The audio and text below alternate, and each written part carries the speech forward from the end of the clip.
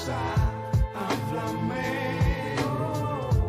háblame, háblame, dime por qué sucedieron esas cosas. Háblenme. Háblame, háblame, háblame, dime por qué sucedieron esas cosas. Háblame, háblame, háblame, dime por qué sucedieron esas cosas.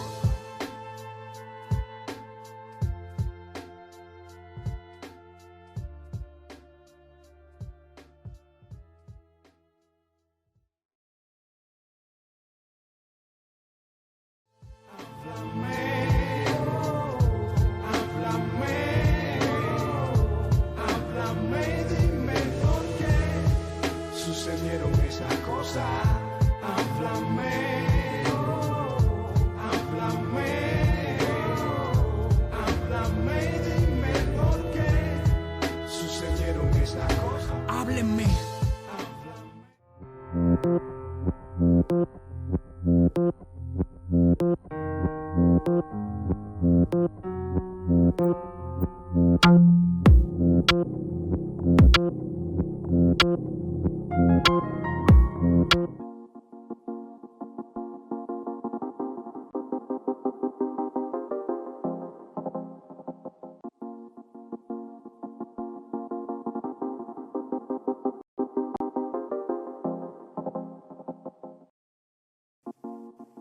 Buenos días, bienvenidos, buenos días, buenas tardes, buenas noches. Bienvenidos una vez más a Estratos, a esta sección que tiene que ver con el teatro, con contar la memoria del teatro cubano en estos años. Siempre, hoy tenemos un nuevo invitado, alguien muy especial, que está fuera de Cuba hace un tiempo, Roberto Salas, fundador, creador de Gigantería, uno de los grupos más conocidos acá en Cuba, dedicado al teatro callejero y más específicamente a el teatro hecho por personas sobre zancos. Roberto Salas, director, teatrólogo, investigador. Vamos entonces a darle las gracias a Roberto por estar aquí. Buenas, Roberto, ¿cómo estás? Adonis, muy contento de poderte saludar a ti y a los amigos de Estratos. Hacía mucho tiempo que no nos veíamos. Para mí es un placer poder hacer un puente de verdad entre tú y yo.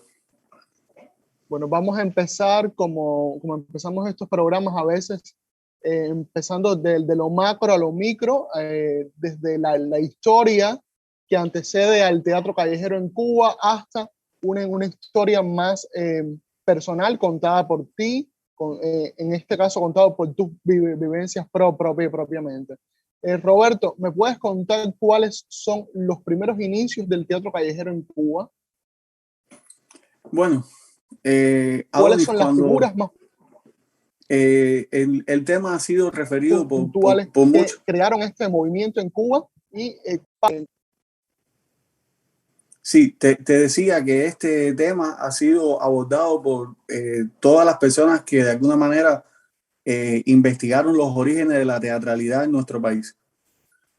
Mucho antes de que se construyeran los primeros espacios destinados, las salas de comedia destinadas a representaciones dentro de lugares cerrados, había eventos teatrales, eventos festivos con una teatralidad que hoy podríamos interpretar como callejera.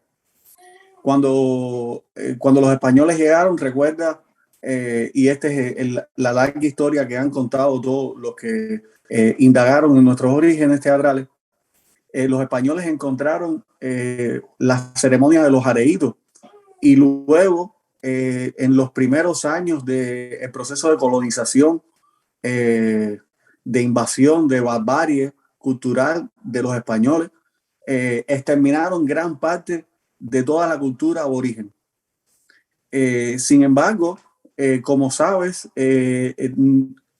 a pesar de que en los libros lo que se dice es que fue una cultura completamente exterminada, en Oriente todavía sobreviven pequeñas comunidades de familias donde hacen ciertos tipos de conexiones grupales entre ellos, que tienen evidentemente un puente en el tiempo conectado con esa cultura. O sea, no fue 100% exterminado, aunque a los efectos a los efectos culturales sí, ¿verdad? Los españoles trajeron sus propias fiestas, trajeron sus propios calendarios de eventos festivos, muchos de ellos asociados a la religión católica. Entonces, por ejemplo, los españoles trajeron las fiestas del Corpus Christi, y las fiestas del Corpus Christi se hacían al jueves siguiente de la octava de Pentecostés, y era una fiesta que se hacía por toda la ciudad. Yo creo que en esos eventos que se hacían todos los años, no eran propiamente carnavales, pero sí podríamos interpretarlo como carnavales antiguos, ¿no? Había toda una serie de elementos de teatralidad que eran en los espacios públicos. Y eso fue mucho antes de que hubieran teatros dentro de las salas de comedia. Por ejemplo, en esos espacios estaban los carromatos, donde habían figuras hieráticas que contaban las historias del mito de Jesús Cristo. Habían personajes de diversos tipos. La ciudad misma se engalanaba en las esquinas por donde iba a pasar la procesión, con cruces, con altares, como que la ciudad se transformaba para ese evento también. Y eso era de alguna manera un signo de teatralidad, aunque no es una teatralidad en ese momento interpretada como callejero, sino como una cosa festiva y religiosa. Quizás, y esto es algo que fue develado por René Leal, en primer lugar, que fue quien indagó más en las fuentes originarias de las actas capitulares. Quizás el elemento callejero más importante de toda esa etapa fue la tarasca. Tú sabes que la tarasca era una figura mitológica asociada a un mito cristiano que se desarrollaba en Europa, y en Cuba hubieron tarascas, en América hubo tarascas. Eran tarascas de origen sevillano, de origen madrileño, y era un gran dragón que estaba asociado al mito de Santa Marta. ¿Conoces ese mito? Sí, sí, sí. Bueno, Santa Marta le corta la cabeza, ¿no? Sale Santa Marta con una espada, ¿no? Exacto. No, ese es el mito de San Jorge. Santa Marta lo que hace es que va al bosque, porque brevemente lo que te puedo contar es que era una representación que se hacía en las fiestas europeas, pero luego ese mito se trasladó aquí a América, y en La Habana hubo tarascas, y en Matanzas también hubo tarascas, y Gigantería después de 200 años también hizo una tarasca. O sea, nosotros reproducimos, tuvimos acceso a cómo era que se construían aquellas tarascas. Hicimos una, por supuesto, con una visión completamente performática. Pero bueno, hablábamos del mito. Se contaba antiguamente que la tarasca era un monstruo que en los bosques arrasaba con los sembrados, en el mar acababa con los barcos, y todo el mundo le tenía mucho miedo a la tarasca. Entonces, el rey de Tarascón le mandaba sus ejércitos, y la tarasca siempre destruía los ejércitos de Tarascón. Entonces Marta, que está asociado a la historia bíblica, va hacia donde está ella, y por medio de la piedad, con los hilos de su delantal, hace que la tarasca se entregue a ella, y ella tranquilamente la lleva hacia el pueblo. Entonces imagínate, todos los pobladores decían, wow. Y entonces, pero por la noche, cuando Marta dormía, los vecinos mataron a la tarasca. Y ella, al otro día, sobre el cuerpo vencido de la bestia, se levantó y ella dio un discurso sobre la piedad. Entonces, esta relación dialógica entre el dragón y Marta se contaba en las fiestas europeas. Y eso luego, cuando los españoles llegan a América, específicamente a San Cristóbal de La Habana, se reproducía. Y tú ves en las actas capitulares que se conservan todavía en el Palacio de Capitanes Generales, los dineros que se destinaban cada año para volver a restaurar la tarasca. Hago una pausa para decirte que 200 años después, cuando nosotros hicimos nuestra propia tarasca, porque no fue una, hicimos varias. ¿Por qué? Porque siempre la quemábamos. Hicimos un chivo expiatorio, porque creíamos en el acto de reinventarnos ese mito, ya desprovisto de todo su antecedente religioso. Nuestra idea era que alguien tenía que asumir las culpas de todos los males, de todo lo malo que estaba pasando a nuestro alrededor.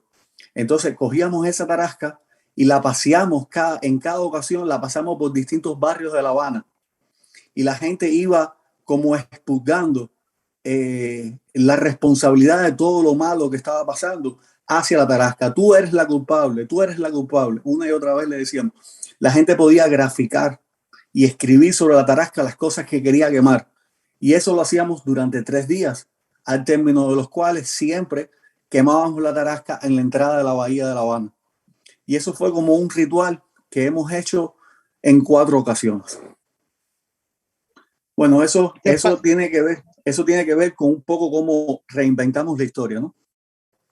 En la República, Roberto, ya después de la guerra de independencia, República, ¿cuáles fueron los primeros inicios del teatro callejero donde se ve un poco más reflejado y cuáles son las figuras claves? También quiero decirle que todas las personas que nos están viendo pueden ir haciendo preguntas a Roberto. Adonis, yo creo que durante la época de la República, el teatro en eventos públicos no existía prácticamente.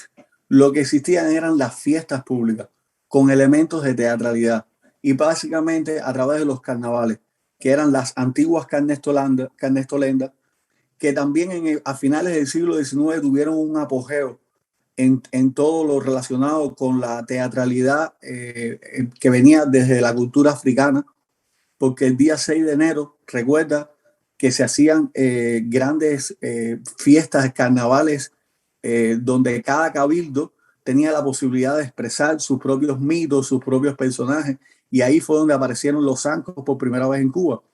Pero luego con la República, siguiendo tu pregunta, todo eso desapareció. Quizás en los ciclos anuales de los carnavales era el único momento donde la gente veía algo teatral fuera de los escenarios. Por los años 50 se recuerda que hacia el Parque Central habían circos ambulantes que los personajes en los espacios exteriores de las carpas de circo hacían cierto tipo de animaciones para llamar la atención hacia lo que iba a pasar en el circo, y ahí también se vieron algunos zanqueros. Pero realmente la figura de la teatralidad en los espacios no convencionales comienza después de la Revolución. Dime, bueno, ya ha pasado el 59, ¿cuáles son las primeras figuras y cuáles los primeros proyectos que se ven de teatro callejero? Bueno, mira, hay un antecedente importante que cubre un espacio como de unos, yo diría como unos 30 años aproximadamente, en el cual el teatro trata de repensarse y reinventarse. Hay un antecedente importante, que es que antes del 59, lo que más se conoce como teatro es un teatro de corte comercial en espacios cerrados, que muchas veces mimetiza y reproduce los éxitos de Hollywood, de Broadway, discúlpame, aunque Hollywood también era un referente importante, pero se hacía un espectáculo en Broadway, tenía éxito y se reproducía de manera mecánica en términos de escenografía, de actuación y de personajes. Eso fue lo que se conoció como la época de las salitas. En La Habana estaba llena de esos espacios cerrados. ¿Qué pasa? Que cuando triunfa la revolución se trata de revertir ese sentido comercial que tenían los espectáculos fundamentalmente, y se trata de hacer un tipo de espectáculo que tenga algún tipo de impacto social. Entonces hay experiencias teatrales importantes, como es todo lo que pasa en el Escambray, como lo que pasa en Antillanas Acero, como lo que pasa en una serie de agrupaciones que tratan de hacer un trabajo social, y en ese intento salen del teatro y van hacia los lugares donde están las personas, porque se busca un nuevo espectador y se trata de reformular el concepto de para qué uno hace teatro. Entonces, todos los primeros años de la revolución, hay muchos grupos con distintas estéticas teatrales que están saliendo de los teatros y que van hacia donde están las personas. Y yo creo que eso es un antecedente importante porque está en el espíritu de lo que pasó luego en la década a finales de los 80 y principios de los 90. Me preguntabas de las agrupaciones que hacían ya propiamente teatro callejero, porque es que el teatro callejero como estética, recuerda que es un fenómeno relativamente reciente, después de las vanguardias de los 70, de los 80, en distintos puntos de la isla hay personas que empiezan a pensarse un tipo de teatralidad ya propiamente callejera, que serían los primeros grupos. Ahí está básicamente el Mirón de Matanzas, liderados por Apio Paz. Hacia el oriente del país está la experiencia de FIFE y todo el movimiento que logra hacer con un teatro andante. Hacia el centro de la isla está De Morón Teatro y hacia La Habana está Gigantería ya hacia el año 2000. En la década del 90, estas agrupaciones, Gigantería es un fenómeno que empieza ya, digamos, en el siglo XXI prácticamente, porque el grupo surge en el año 2000. Pero en la década del 90 yo creo que el trabajo más importante fue estas experiencias que te conté, que incluso lograron aunar todos los grupos y los pequeños proyectos que tenían esa voluntad.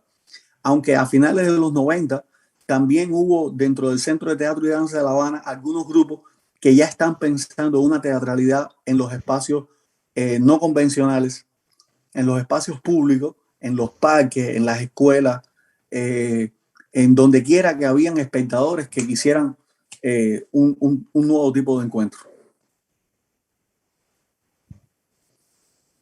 Bueno, ¿Me escuchas? Sí, te escucho. Ahora me gustaría que me dijeras, finales de los 90, principios del 2000 se funda Gigantería. Sí, el 22 de abril del 2001, del 2000 yo lo cuento como un comienzo. ¿Por qué se funda? ¿Qué intenciones tú tenías? ¿Fue una idea original tuya? ¿Cómo se funda Gigantería? No fue una idea mía. Yo era parte de algo. Yo estaba ahí. Habían distintas células, pequeñas células, que a finales de los años 90 hacíamos teatro comunitario. Utilizábamos los zancos, estábamos indagando en un tipo de teatralidad que fuera diferente a la manera de pensar el trabajo escénico dentro de los escenarios y que estaba haciéndose muchas preguntas. Estas pequeñas células eran débiles porque no tenían una conexión institucional. Eran personas que estaban como en el borde de un sistema de producción en el cual el teatro callejero no tenía un espacio predominante. Entonces, Gigantería, en la célula que yo estaba, porque te dije que habían varias células, en la célula que yo trabajaba era un grupo de jóvenes que en ese momento estábamos trabajando con Vicente Revuelta. Llevábamos varios años trabajando con él. Yo conocí a Vicente en el año 93 y estuvimos como 7 años trabajando, haciendo colaboraciones de distintos tipos y nosotros éramos parte de los últimos montajes de Vicente. Vicente, en un momento determinado, quiere que hagamos unos espectáculos en la calle y cuando salimos a la calle tratábamos de hacerlo del mismo modo en el que lo hacíamos en el escenario y no funcionaba. Entonces tú hablabas con un tipo de intimidad, con un tipo de relación entre actor-actor y nadie te hacía caso. Entonces había que cambiar eso. Empezamos a explorar otras cosas. Entonces esas células empezaron a unirse y juntos éramos más fuertes porque ya no eran 4 o 5 zanqueros, sino que éramos 15 zanqueros. Entonces Gigantería fue el nombre que encontramos para unar esas pequeñas células. Una se llamaba Somos la Tierra, que era de donde veníamos nosotros, el grupo de amigos del que yo era parte. También estaba Danzanco, agrupado en el cerro alrededor de Sailí Sánchez, y también en Centro Habana, alrededor de las Cubensis.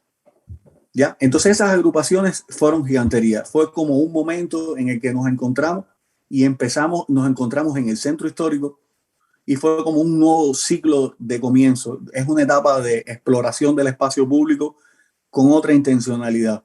Y en ese momento, cuando estábamos en La Habana Vieja, trabajando en la calle, aprendiendo, porque al final fue un proceso de aprendizaje, fue que descubrimos que en ese lugar, hacía 200 años atrás, estaba la tarasca y estaban las fiestas del Día del Rey y había toda una cultura en el pasado que de alguna manera tenía una conexión con lo que nos empezábamos a preguntar. Bueno, vamos a hablar una cosa, vamos a aclarar un término. Teatro callejero, ¿qué es el teatro callejero y cuál es la diferencia entre el teatro que se hace en las salas y el teatro callejero? Vamos a explicarle eso al público. Bueno, yo creo que el teatro callejero es una manera de abordar el proceso teatral en el cual la ciudad y el espacio público tiene un acento predominante. Entonces, es una exploración de maneras de dialogar y de construir los espectáculos teatrales a partir de una dinámica que no se sostenga ya en la intimidad de los procesos que tradicionalmente se hacen dentro del escenario. Cambian todas las reglas del juego, desde la preparación de estos actores, la manera en la que se construye la dramaturgia, la manera en la que se arman los espectáculos y la manera en la que se transmite esa teatralidad al público. La ciudad toma un cierto protagonismo. Las calles, como sabes y sabemos todos, es un espacio social que fluye continuamente, donde se unen todos los estratos sociales, donde se unen todas las edades, todos los géneros sexuales, todas las clases, todo está mezclado ahí. Y quizás su signo social más claro es la movilidad. Entonces, en la teatralidad que el teatro callejero es una manera de dialogar con la ciudad, como yo lo veo, es una manera de explorar la teatralidad teniendo en cuenta todos esos factores que te acabo de decir, el uso de la voz, el uso de las imágenes, el tratamiento de cómo tú construyes la historia, esa exploración que no podemos englobarla de una única manera. Hay quienes hablan de teatro en la calle y teatro callejero. Si tú construyes un espectáculo que fue pensado, por ejemplo, para la Covarrubia, que fue ensayado en la Covarrubia, con un concepto de frontalidad donde existe la cuarta pared imaginaria, donde el espectador asume un rol pasivo en la oscuridad, como decía Brecht, una complicidad tranquila, donde los juegos de luces, los sonidos, la manera en la que construyes tu dramaturgia, todo está pensado en ese encajón cerrado. Tú lo trasladas a la calle, eso no lo convierte en teatro callejero. Tú has llevado un espectáculo de sala a la calle, pero sigue conservando el espíritu técnico y toda la manera de armar el espectáculo como si estuvieras dentro de una sala.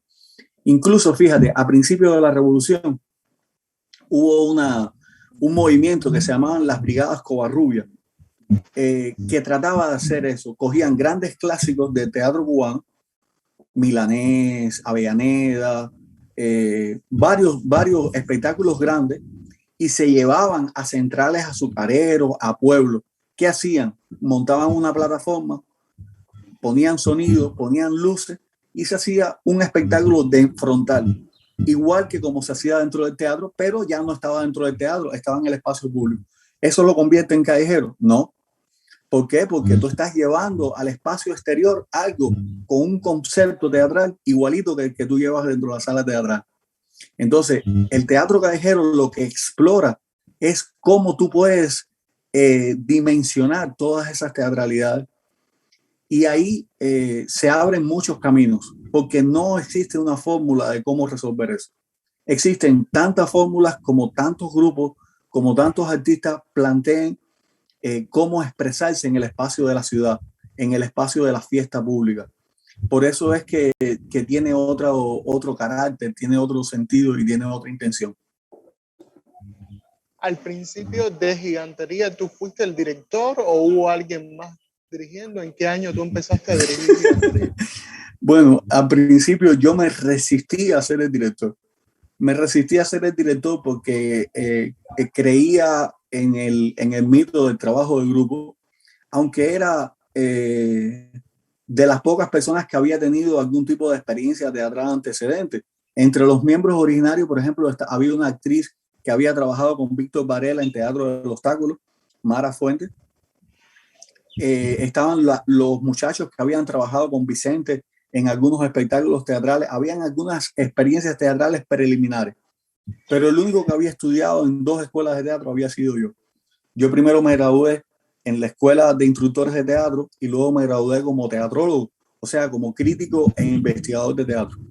Entonces yo tenía una serie de referentes a partir de mi experiencia de trabajar muchos años con Vicente Revuelta y de donde yo no quería coger protagonismo. O sea, mi trabajo, yo estaba haciendo el trabajo del director, pero desde abajo, desde adentro del grupo. Pero llegó un momento en el que el proceso del grupo esclareció esa necesidad. Hay uno de nosotros que tiene que tomar un tipo de liderazgo para que el trabajo avance. Entonces, era alguien que empecé a quedarme fuera de los procesos para poderlos atestiguar, para poder hacer un trabajo.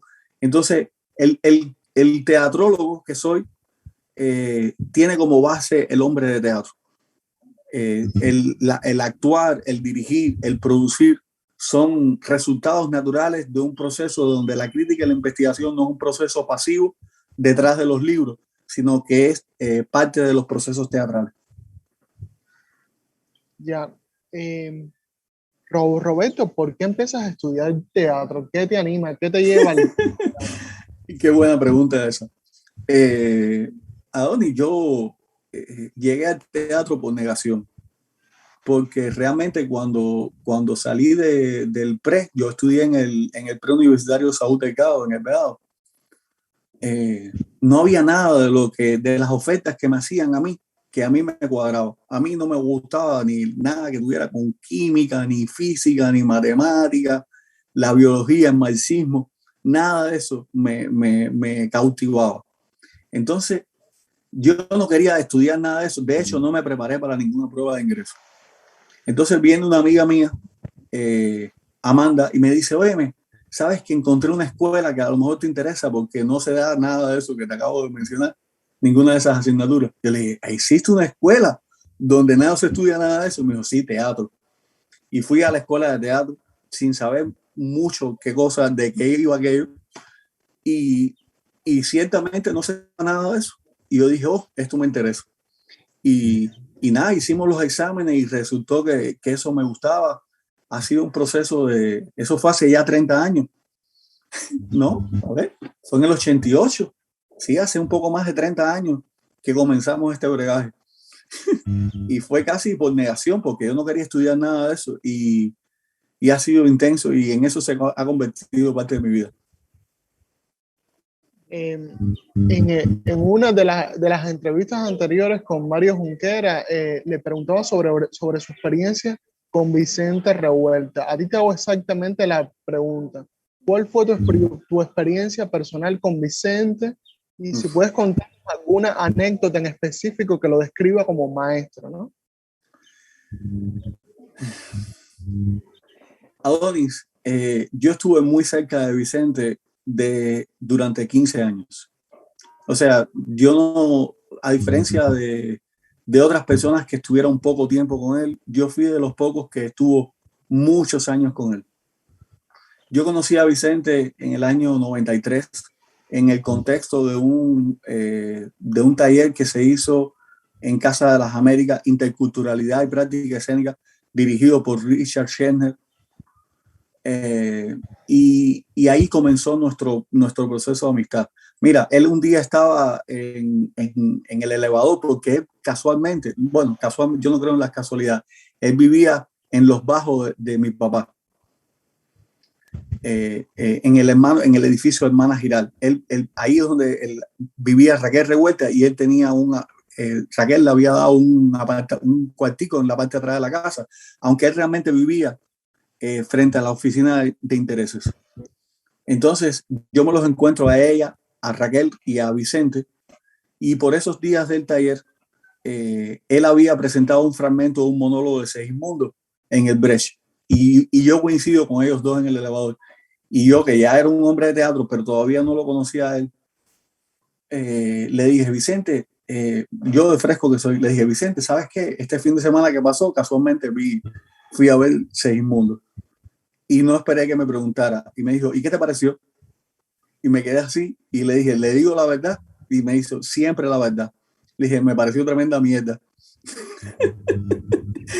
Y Raquel puso tremenda cara así. Y él se echó a reír, me dijo, muy interesante tu opinión. ¿Me puedes venir el próximo sábado? ¿Tienes algo que hacer por la tarde? Y yo le dije, no tengo nada que hacer. Y dice, te voy a estar esperando para que me expliques por qué te pareció una mierda. Entonces, cuando llegué a su casa, la puerta estaba abierta y él estaba sentado en su cuarto con una estera, con el té listo para conversar. Y ahí comenzó un proceso de mi vida en el cual del cual no pude salirme nunca, todavía no he salido de su mito, en el cual nos convertimos en grandes amigos, en el cual tuve una experiencia de vida muy intensa. Escribí mi tesis de graduación de Lisa sobre su vida con un libro que se llamaba De la expresión a la vivencia, porque algo que no dijo Mario el otro día es que te lo podría graficar como que la vida de Vicente Revuelta en el teatro cubano fue el hilo conductor de todos los movimientos de renovación de la escena nacional en los últimos 70 años. Él tenía una visión de la experimentación teatral tan importante que en su propio proceso como creador fue cambiando y buscando horizontes teatrales que fueron de una dinámica tal que cambiaron todo lo que venía por detrás de él. Vicente hizo un tránsito en su vida desde el teatro como representación hacia el teatro como acto. Si al principio de su vida lo más importante era producir espectáculos, como yo te decía, como los de La Salita, donde él montaba personajes en pocos días con una dinámica comercial rápida, donde él impostaba el gesto y el modo de actuar de los personajes que veía en el cine, donde eran procesos muy comerciales. El teatro, desde ahí, él introduce Stanislavski en Cuba, pero lo introduce de un modo práctico, a pesar de que ya habían algunas personas que habían introducido pequeños seminarios y pequeños talleres sobre la técnica de Stanislavski de actuación. Él hace un proceso durante varios meses en la azotea de su casa que conduce a la creación de Teatro Estudio. La creación de Teatro Estudio está asociada a un proceso de experimentación de toda la teoría de Stanislavski, pero sobre la apuesta de un espectáculo que fue Viaje de un largo día hacia la noche. Triunfa la revolución y automáticamente, con el deseo de hacer un teatro social, es el primero que monta espectáculos de Bertolt Brecht. Eso a su vez vuelve a revolucionar ya no el sentido de la actuación psicologista, sino el trabajo con un impacto social. Luego empieza a estudiar las teorías del teatro de la crueldad. Luego empieza a finales de los 60, hace la experiencia de Los 12, donde es la primera persona que lleva un proceso teatral a partir de la exploración de las teorías de Jerzy Brodowski. Y ahí te puedo contar algo interesante que a él le gustaba contar. Cuando él en el año 64 hace el espectáculo de Triana, de los asesinos, lo invitan al Festival de Aviñón. Y en ese proceso, él ve en una sola semana, él ve 2 espectáculos con un concepto teatral completamente distinto. Por una parte, ve un espectáculo de George Strehler con el Piccolo Teatro de Milano y un espectáculo del Living Theatre. ¿Qué sucede? En el espectáculo del Piccolo Teatro de Milano, él ve su propia experiencia como hombre de teatro. ¿En qué sentido? En que era un gran espectáculo que venía desde la línea de Brecht, Stanislavski, los grandes actores, la gran escenografía, era todo lo que él se estaba planteando en Teatro Estudio, hacer un teatro de una gran magnitud teatral, como espectáculo. Pero en esa misma semana él ve en un lugar completamente oscuro a un grupo de personas que están buscando la mirada del espectador, tratando de tener un contacto físico con ellos, tratando de moverse en escena con una intimidad y una fuerza energética que no tenía el otro espectáculo. Entonces él se ve en una disyuntiva. Él incluso se quiere ir con la gente del Living Theater a vivir una experiencia completamente fuera de los cánones tradicionales. Y él regresa a Cuba con esa perturbación teatral en la cual él trata de replantearse todo lo que había hecho hasta ese momento y empieza a hacer el proceso de los 12. Entonces, él vuelve a reformularse todo eso. Y yo te podría decir en esencia que yo aprendí más de su modo de ser como hombre que como hombre de teatro. Al final de su vida yo escribí un libro sobre él. Estuve varios años viviendo prácticamente con él en el sentido de que él contaba su historia, pero también teníamos una relación de trabajo en la cual no existía el rol de tú eres el maestro y yo soy el discípulo. Él decía que el maestro de él era yo, pero eso era una manera de seducir. En realidad él siempre fue el maestro. Él me decía a veces, por ejemplo, vamos a vernos a las 5 de la mañana en tal lugar. Yo le decía, ¿para qué? Me dice, verás, vamos a hacer algo.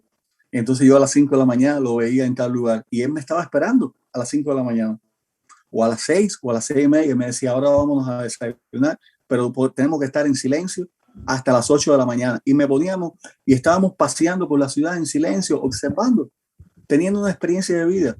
Al final, lo que pasó en la última etapa de su vida es que él quería tener relaciones humanas, en el cual ya el teatro su intención no era producir un espectáculo, sino tener una experiencia de vida. Yo creo que en ese punto estoy yo hace ya un tiempo, en el cual ya yo dejé también de preocuparme de tener una carrera teatral. Yo no creo que la obra mía vaya a trascender todo lo que hice con mis hermanos de gigantería, que hice varios espectáculos, hice grandes puestas en escena, hicimos más de 3.000 eventos públicos, copé la televisión, cada vez que hacía un estreno, hice entrevistas, hice todo eso, toda esa parafernalia mediática que buscan los actores y los directores cubanos, en el cual yo era parte, de querer que la obra nuestra trascienda. Ya nada de eso me interesa, Adonis. Empiezo a entenderlo mejor después de que empiezo a pasar de la línea de los 50 años, en el cual veo que lo más importante es respirar, ver el sol, tener un contacto real. Ahora trato de expresarme con honestidad completamente hacia ti. Y eso era lo que me enseñó Vicente. Vicente me enseñó que la vida es un presente en el cual hace falta hacer un contacto real con las personas. Y el teatro era una manera de estar rodeado de jóvenes que quisieran aprender de él. Entonces, como él era Vicente Revuelta, la gente era como un imán. Y él siempre buscaba personas de gran esencia. Él decía, tú puedes moldear la personalidad en el entrenamiento, pero tú tienes que estar rodeado de personas de gran esencia. Y Vicente tenía una gran esencia, un gran sentido de la humanidad. Era un marxista, era revolucionario, era un gran pensador, era un gran amante de la vida, era poeta, le gustaba dibujar mandalas, le gustaba tener experiencias de vida intensas y era un gran cuestionador. Eso es lo que te puedo decir por el momento. ¿Cómo influye la experiencia con Vicente Revuelta, tanto personal como artística, en la creación de gigantería y en la estética de los espectáculos que trabajaron? Yo tuve la suerte de que él atestiguara varios de esos procesos. Él fue a varios de los montajes que yo hice.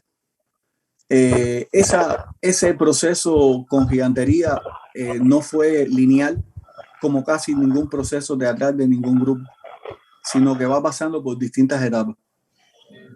Gigantería trata de, en los primeros 15 años, porque recuerda que Gigantería es un proceso que todavía está vivo, aunque hace ya 6 años que yo no, hace 6 años yo decidí venir a Estados Unidos con mi familia, pero Gigantería continúa su propio proceso creativo, ha tenido otros directores, siguen indagando en otras estéticas. Yo solamente puedo responderte por lo que viví yo, y lo que te puedo decir es que durante todos estos años no puedo conceptualizar el trabajo en la calle, en la expresión nuestra, la búsqueda callejera, como una sola cosa. Y yo creo que Vicente Revuelta me ayudó a entender eso, porque él era como un ojo crítico. Él no iba siempre, a él no le gustaba salir mucho de su casa. Ya era una persona mayor. En la medida en que fue envejeciendo, le era un poco más difícil la movilidad. Al final todo el mundo decía que era un maestro, pero lo dejaron solo y recibió muy pocas atenciones de sus amigos. Sus amigos lo iban a ver poco y era muy querido. Y yo trataba de ir a buscarlo, pero ya buscándolo a él. No tanto su visión de mis espectáculos teatrales, sino buscar su vivencia cotidiana. ¿Ves? Entonces nuestra relación pasaba por el teatro, pero también pasaba por ir al cine, por ir a sentarnos al parque, a oír los pajaritos y a ver a los niños jugar. Nuestra relación pasó por muchos lugares, no necesariamente siempre por el teatro. Querido, quiero saber cómo Gigantería se subvencionaba. Gigantería, tengo entendido que es de los primeros espacios o grupos independientes en Cuba. ¿Cómo se subvencionaban? ¿Cómo conseguían los permisos para trabajar en el espacio público en La Habana Vieja? ¿Cómo armaba su logística? ¿Cómo le pagaba a los actores? ¿Cómo pagaba sus producciones? Sí, es interesante tu pregunta. Gracias por formularla. Adonis, Gigantería, más que un grupo teatral con un concepto de producción convencional, era una comunidad de artistas callejeros. El estar en La Habana Vieja, en el centro histórico de La Habana, nos permitió un sistema de sostenibilidad desde la creación que difícilmente se hubiera dado en otros lugares de la isla. Nosotros contamos con el apoyo afectivo de la oficina del historiador de la ciudad, en el sentido de que nosotros no éramos trabajadores suyos, pero nosotros de alguna manera interactuábamos con las instituciones culturales que son parte del escudo de las propuestas culturales de ahí de La Habana Vieja, y nosotros encontramos apoyo específicamente en la figura de Eusebio, que de alguna manera uno de sus aportes más fundamentales es la manera de cómo él entendía el patrimonio, la manera de gestionar el patrimonio cultural. Entonces nosotros de alguna manera aprovechamos ese espíritu de trabajo en el cual el pasado era importante para justificar el presente. Nosotros no pertenecíamos directamente al Consejo de las Artes Escénicas a través del salario. En 15 años nunca recibimos salarios estatales. Nosotros no éramos plantilla de nadie. En ese sentido sí éramos independientes, pero sobre todo en la manera de autogestionar y crear un tipo de producción en el cual de alguna manera interactuábamos con las instituciones culturales, pero manteniendo una individualidad y digamos, una autonomía en todo lo referido a la manera de cómo gestionar el dinero.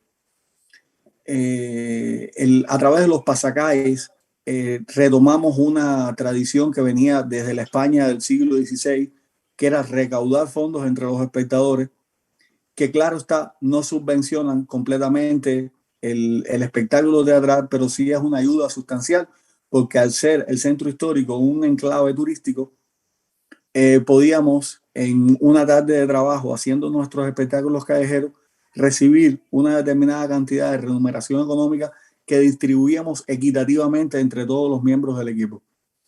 Y en esa manera de disponer el equipo, de lo que ganábamos, lo poníamos en el piso, lo distribuíamos de manera equitativamente, con transparencia entre cada uno de nosotros, y quizás a veces íbamos reservando un diezmo con el cual hacíamos un fondo del cual iban saliendo las producciones.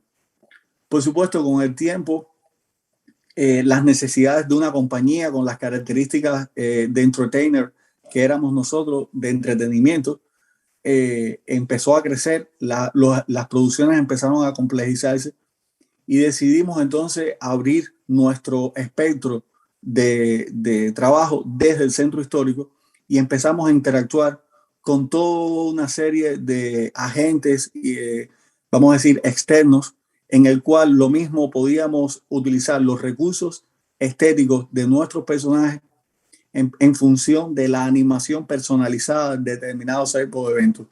Y yo creo que eso fue un éxito comercial, fue una experiencia inédita en la escena nacional, en el sentido de un grupo de personas que, sin pertenecer diariamente necesariamente a una institución, podíamos gestionarnos cosas por nuestra cuenta.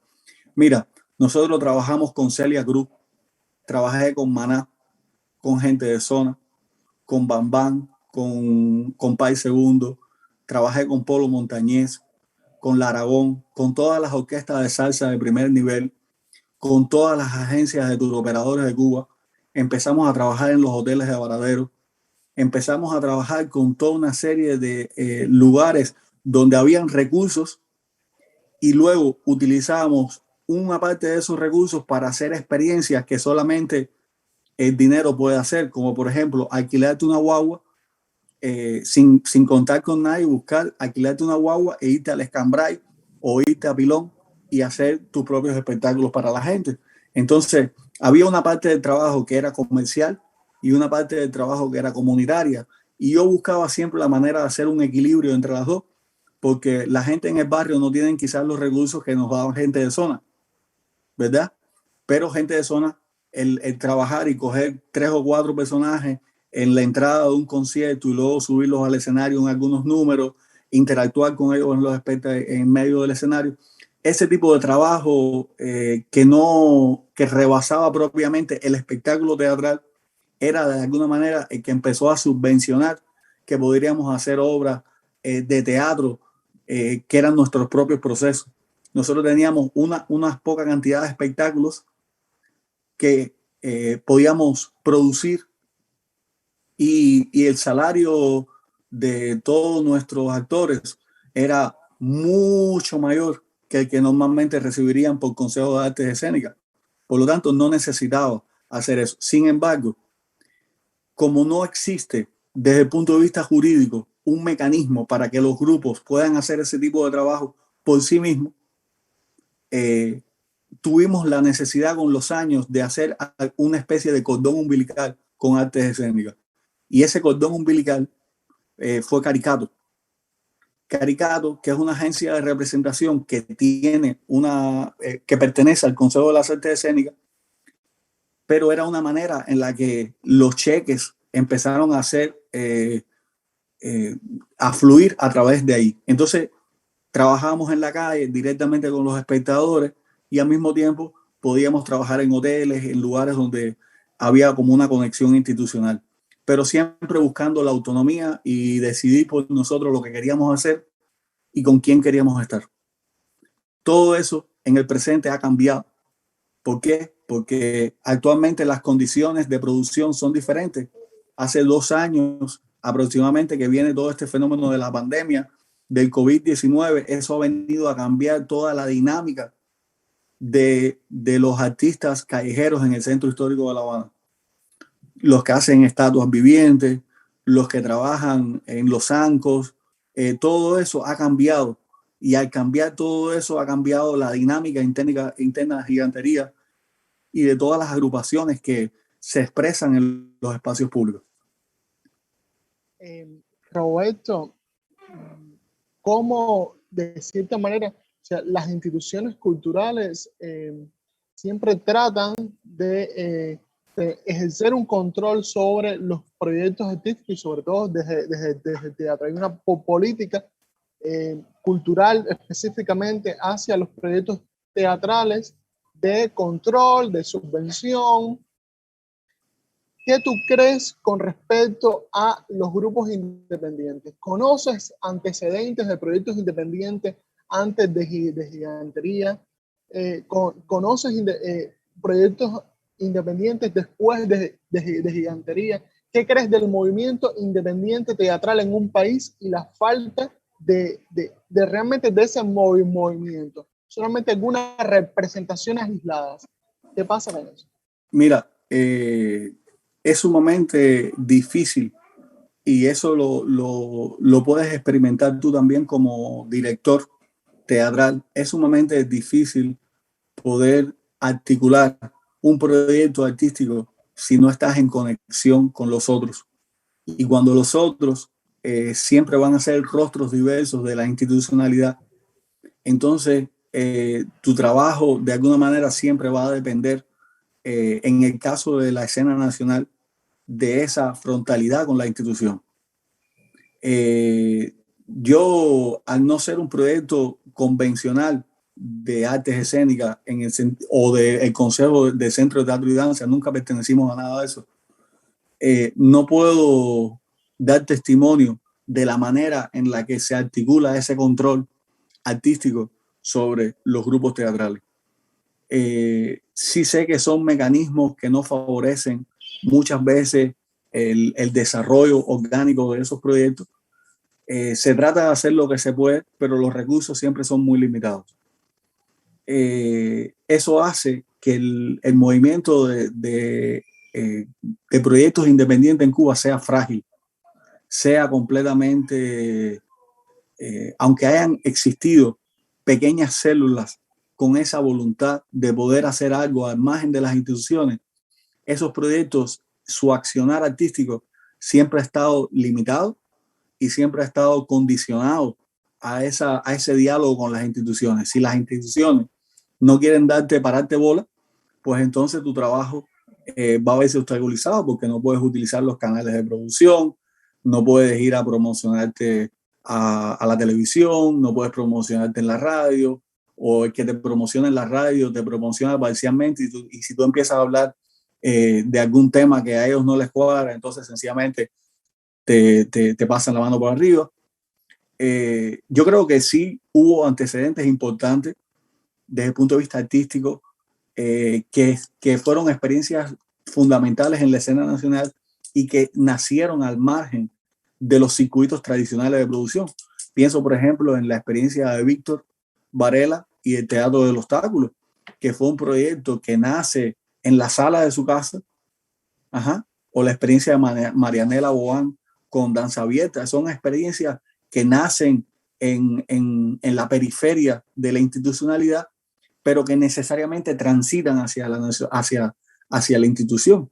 O sea, el sistema de artes escénicas, al ver que una cosa que tiene el impacto fuerte desde el punto de vista teatral y social que tenían esos espectáculos, de alguna manera los absorbe.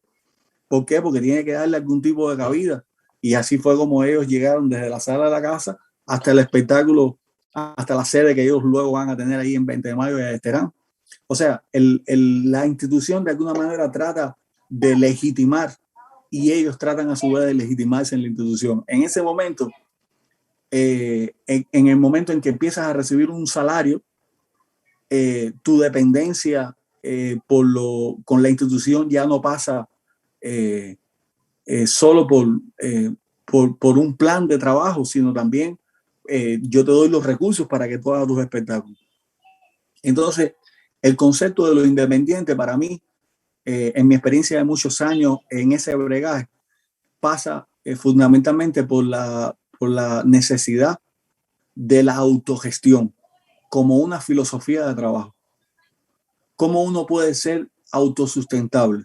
Yo creo que para mí el concepto de lo independiente pasa a partir del carácter económico, para darle sostén a lo otro. Si tú quieres trabajar conmigo, pero yo no tengo cómo pagarte tu trabajo para mí, tú sencillamente no trabajas para mí. Entonces, si yo quiero que tú estés, tú quieres tener 5 actores, pero tú le dices a los actores, mira, no tengo cómo pagarte, las condiciones son distintas. Ah, pero si tú le dices, mira, yo no te puedo pagar más de 60, $80 al mes, tú dices, ah, espérate, contigo puedo trabajar. Entonces, el dinero, desgraciadamente o por suerte, siempre va a ser un mediador. Si tú sabes cómo obtenerlo, vas a ponerlo en función de la creación. Yo creo que eso es lo importante, la creación como centro. Yo te quería preguntar también tu experiencia como actor. Tú no solamente dirigías y trabajabas como teatrólogo, investigador en gigantería, sino también te montabas en zancos y salías a la calle. Oh, sí. ¿Cómo fue esa experiencia? ¿Qué tan... eh, quiero hacerte Bueno, esa mira, pregunta. es interesante, mira. Y quiero que definas también un poco más específicamente dentro del teatro callejero el trabajo en zancos. Que me hables de qué es el trabajo en zancos, cuáles son las especificidades que tiene un actor zanquero. Podemos hablar un poco de eso y tu experiencia en eso. Ok, mira, cuando ahorita estábamos hablando de Vicente, hay un antecedente importante para que entiendas eso que me preguntas. A mí, como yo tenía una formación académica, lo que me gustaba, mi zona de confort como hombre de teatro, era quedarme fuera del escenario, fuera del proceso, observando lo que los demás hacían. Y Vicente un día me dijo, ¿por qué tú no estás entrenando? ¿Por qué tú no estás arriba? Y yo le dije, no, yo soy teatrólogo. Me dijo, exactamente, si tú eres un teatrólogo, quítate los zapatos, por favor, vete para el escenario. Le decía, yo le hacía resistencia a eso. Le decía, no, trabaja tú con ellos, yo miro cómo tú trabajas. Y entonces él me cambió ese paradigma. Él me sedujo, él no me obligó, pero él me hizo ver lo importante que era que yo fuera parte viva del proceso. Entonces, mi trabajo como actor viene a partir de entender desde la práctica los procesos de cómo tú construyes un personaje. Yo trabajé con él como actor, tuve la posibilidad de que él me dirigiera, trabajé en sus 2 últimos espectáculos, que fueron La Zapatera Prodigiosa de Bertolt Brecht, no, de García No, La Lorca, Zapatera fue prodigiosa. La Zapatera Prodigiosa de Federico García Lorca y un espectáculo basado en textos de Bertolt Brecht, que se llamaba Café Bertolt Brecht. Eso era lo que quería decir. En esos 2 espectáculos, yo tuve la posibilidad de que él, como director, moldeara a partir de mis improvisaciones y mi trabajo como actor. Entonces yo quería, como yo había escrito desde la pasividad de mi grabadora, había hecho una recapitulación de su vida, pero no había tenido la experiencia de que él me dirigiera a mí. Entonces, de alguna manera, el subirme al escenario también era parte de mi estrategia de conocer cómo es que él me moldeaba mi propio personaje. Y ahí comenzó un proceso en el cual me cautivó el ser parte de algo que estaba moviéndose y transformándose. Dentro de todas las cosas que he hecho, con la que más me identifico es el trabajo como clown. Yo soy un payaso natural por mi carácter, por mi personalidad. Soy una persona sumamente excéntrica, abierta. Todavía lo soy, aunque no trabajo directamente como payaso. La época que trabajé más como payaso fue en Cuba, pero también cuando vine a los Estados Unidos trabajé mucho en Miami como payaso y actualmente sigo siendo un payaso, aunque esté hablando contigo, en el sentido de que el espíritu del clown todavía está conmigo, habita en mí. Pero también soy malabarista, soy zanquero, soy actor, soy director, cargo la basura. O sea, yo creo que el actuar es parte de eso. Me preguntabas específicamente el trabajo de los zancos. Sí, si yo quería enseñar a montar zancos a muchas personas, en el grupo era un trabajo que compartíamos, el transmitir ese conocimiento. Y yo en los pasacalles tenía una participación activa en la cual la exploración del espacio público desde los zancos era algo que para mí era sumamente atrevido y temerario. Yo era de ese tipo de actores que está desafiando a los espectadores.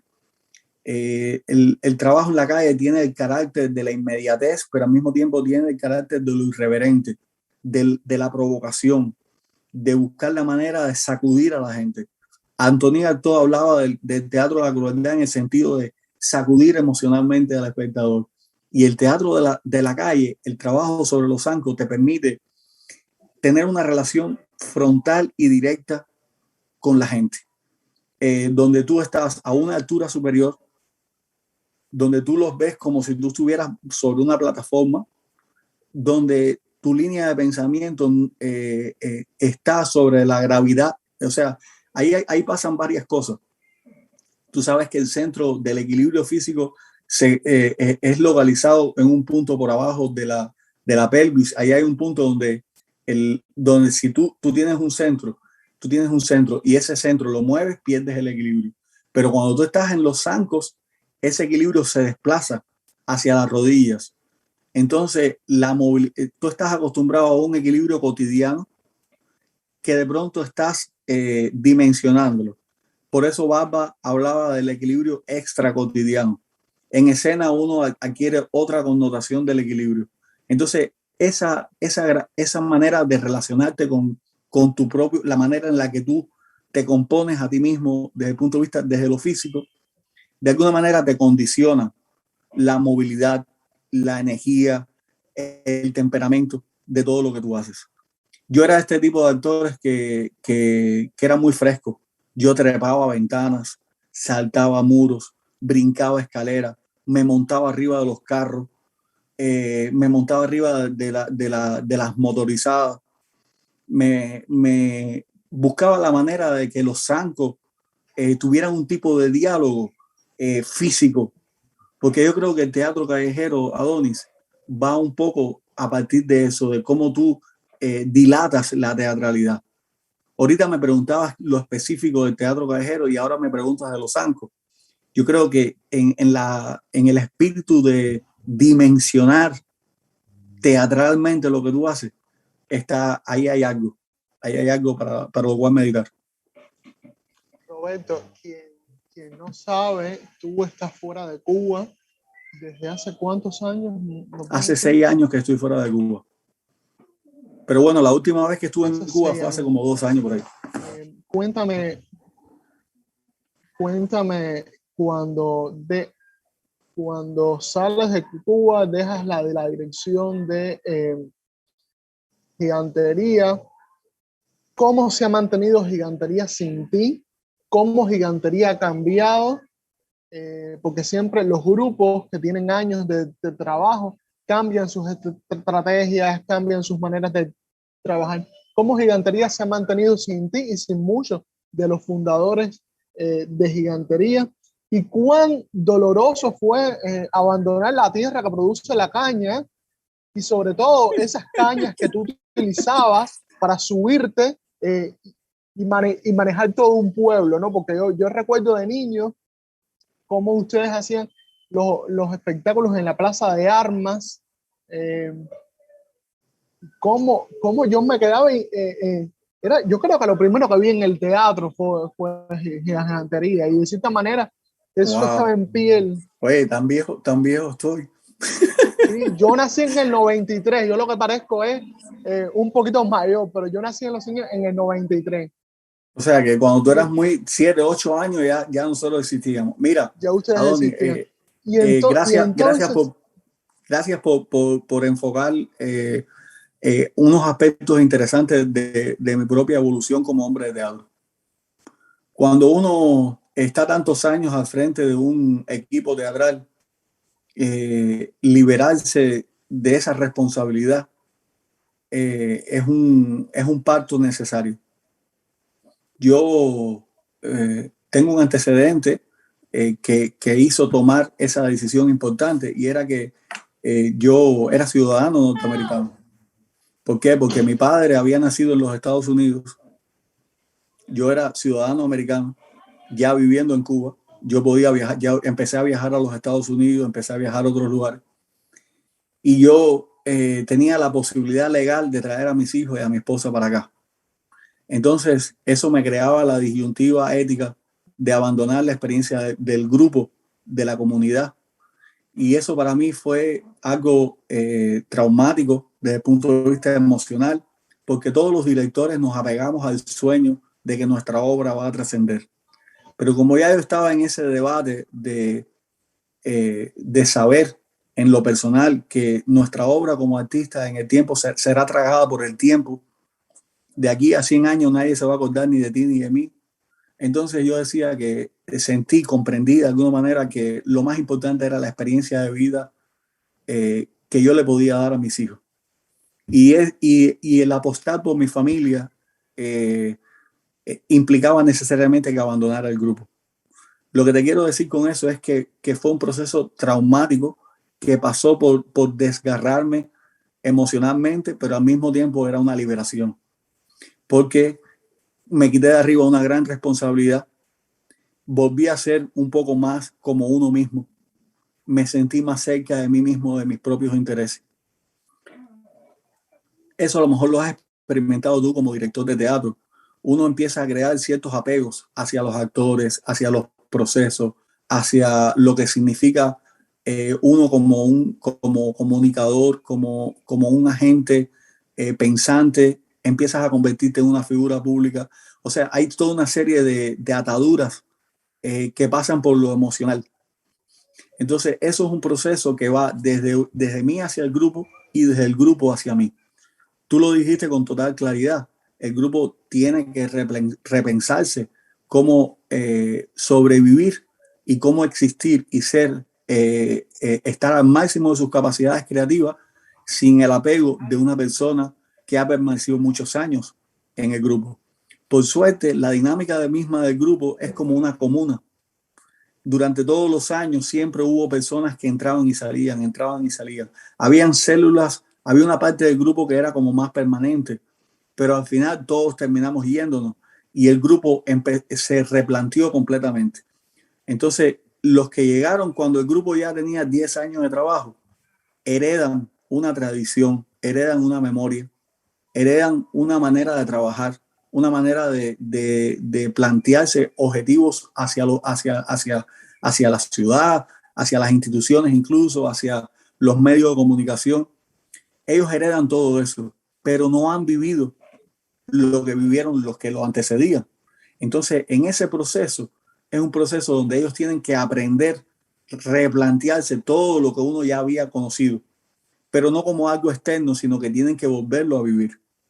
En este momento, el grupo está dirigido por una música y una comunicadora excepcional, se llama Elizabeth Marrero.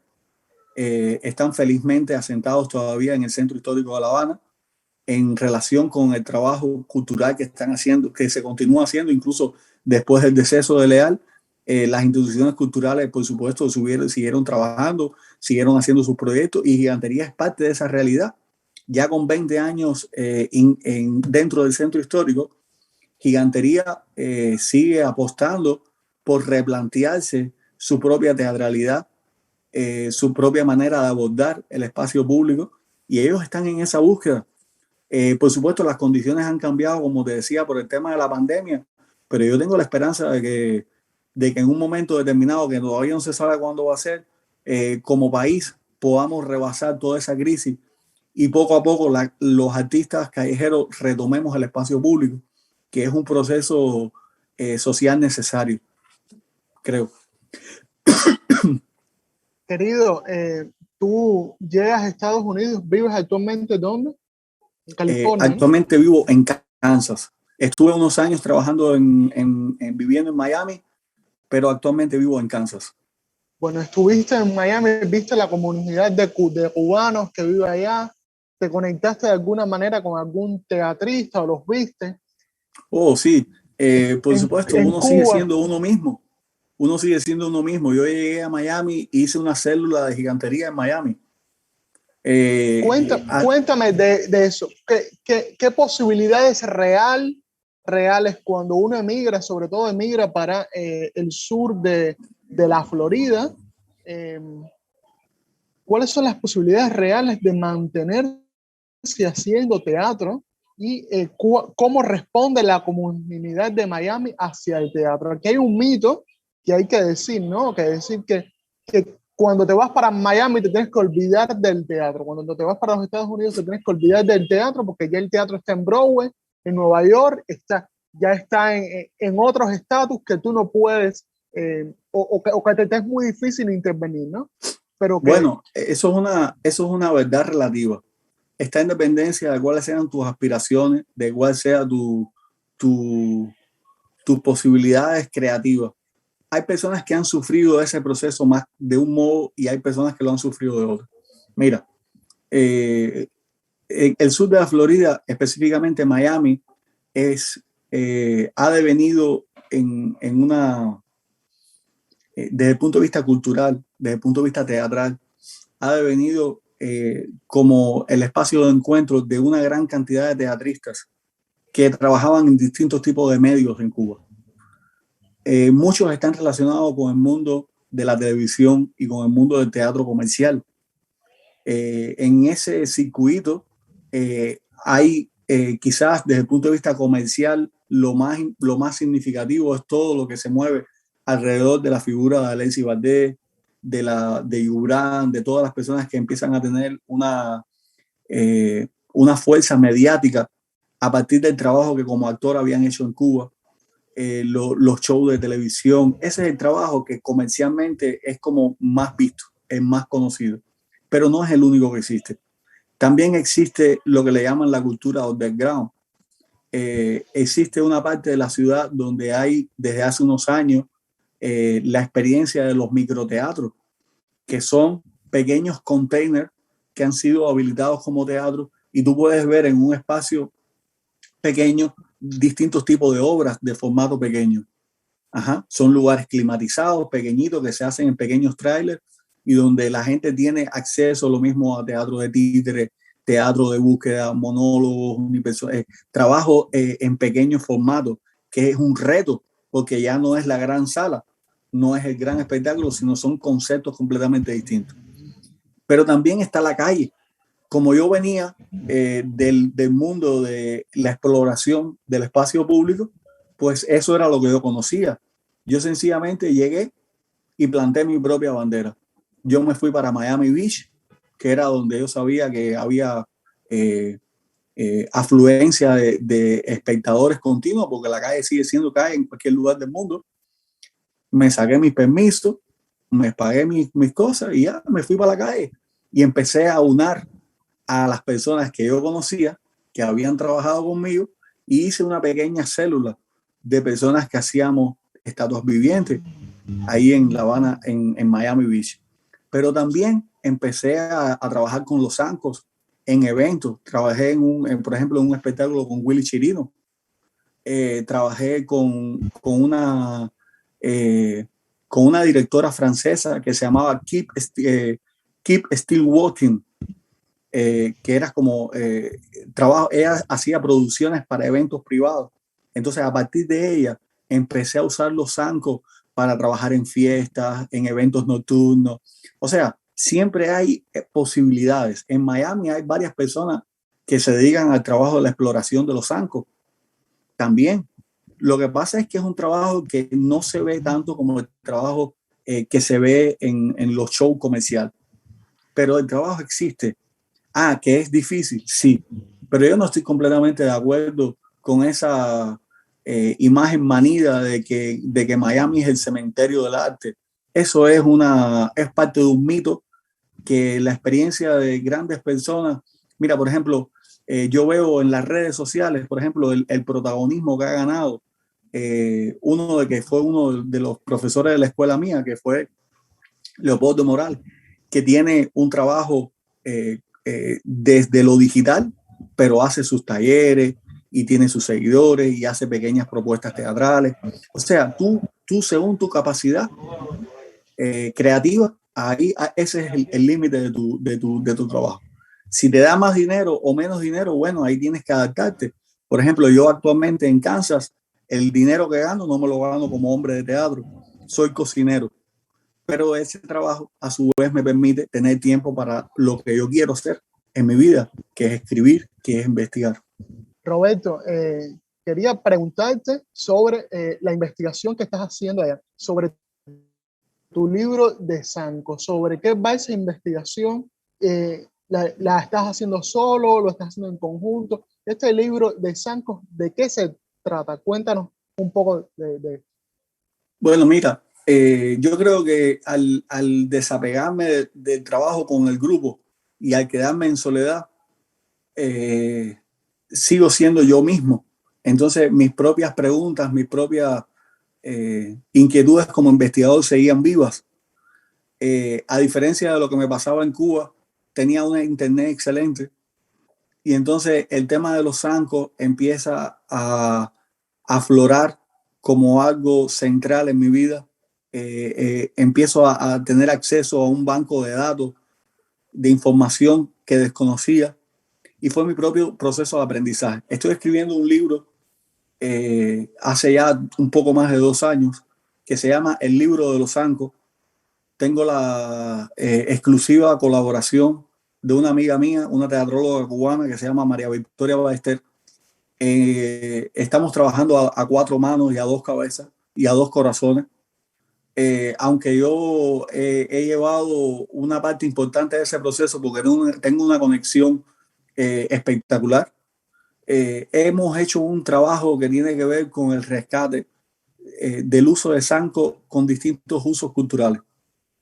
A través de varios siglos hemos ido encontrando y documentando el uso de los zancos para el trabajo, para los juegos, para los rituales, para la representación, para el circo, el uso simbólico de los zancos. Y a la vez hemos entrado en contacto con una comunidad de zanqueros que están dispersos alrededor del mundo. Una gran parte de ellos agrupados, por ejemplo, en la Red Internacional de Zanqueros, y que hemos hecho un trabajo de poder monitorear las experiencias creativas de muchos grupos, de muchos directores. Hemos tenido la posibilidad de recibir testimonios excepcionales de la maestra Julia Barley, de la maestra de Laura Ardenson Batara, de Giovanni Gamboa, de toda una serie de artistas en México y en Colombia que están trabajando el tema de los zancos. Entonces, el libro de los zancos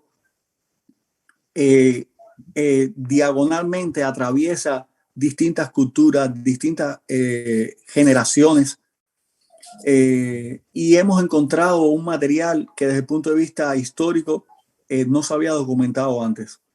Hemos encontrado cosas fabulosas a partir de hacer un mapeo en Asia, en África, en Europa, con los cuadros de los grandes maestros de Goya que usaron zanco, con los grabados antiguos de las culturas mayas, con el rescate de los zancos en las Polinesias, a partir de grabados y de cosas antiguas, el rescate de toda una memoria del uso de los zancos con fines políticos también, de figuras que han sido resaltadas su positividad o su negatividad a partir del uso de zancos en periódicos de la época. Hemos hecho todo un rescate de muy diverso, muy heterogéneo. Y con todo ese material son aproximadamente 300 notas y 500 imágenes. Y eso es un libro que está ya más como un 60 o un 70%. Es un poco difícil por la dinámica de trabajo que uno tiene para poder sobrevivir en este país, pero es un trabajo que esperamos que en 1 o 2 años podamos concluirlo.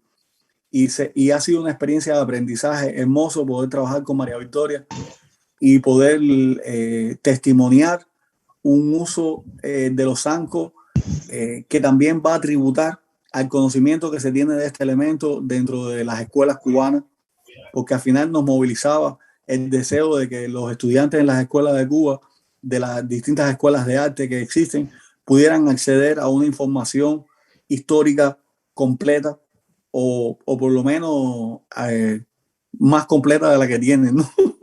sobre este tema. Bueno, yo quiero mi ejemplar en cuanto salga. Te quería preguntar una última pregunta para ya ir cerrando. el tema del profundamente en el globo, completamente y sobre todo al teatro, los espacios culturales, bibliotecas, galerías, cines, salas de conciertos, teatros, incluso producciones de series de televisión y películas paradas en todo el mundo. El teatro en Cuba ahora mismo está parado. Llevamos desde finales de principio de año parado completamente. ¿Por qué hay que salvar el teatro? ¿Por qué hay que salvar el teatro callejero? ¿Por qué es necesario salvar el teatro en este siglo y en estos momentos en el mundo y en Cuba? Wow. Adoni, yo creo que el teatro es necesario. Es difícil encontrar palabras para poder expresar esa necesidad, pero lo que te puedo atestiguar es que es importante para quienes lo hacen y para quienes lo reciben.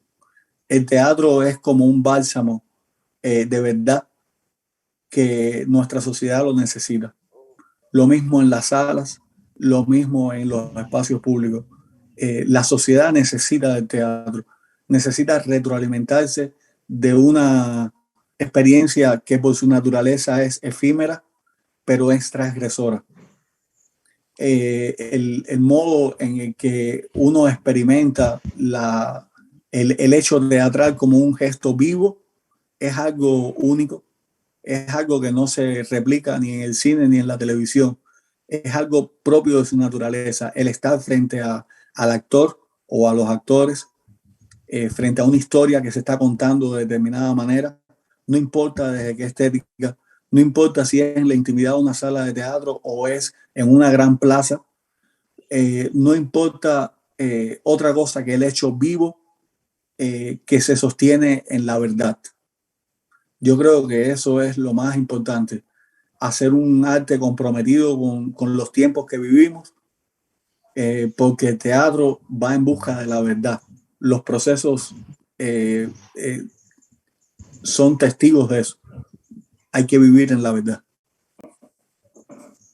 Bueno, muchísimas gracias, maestro, con esta charla con el maestro Roberto Salas, fundador de Gigantería,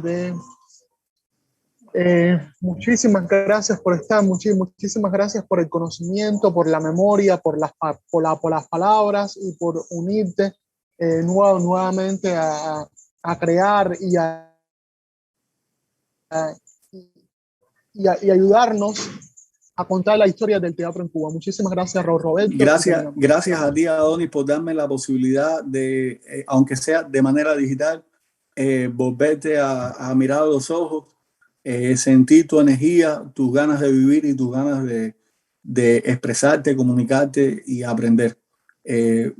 Mis respetos para tu trabajo y para este momento que hemos construido entre tú y yo para los demás. Muchas gracias.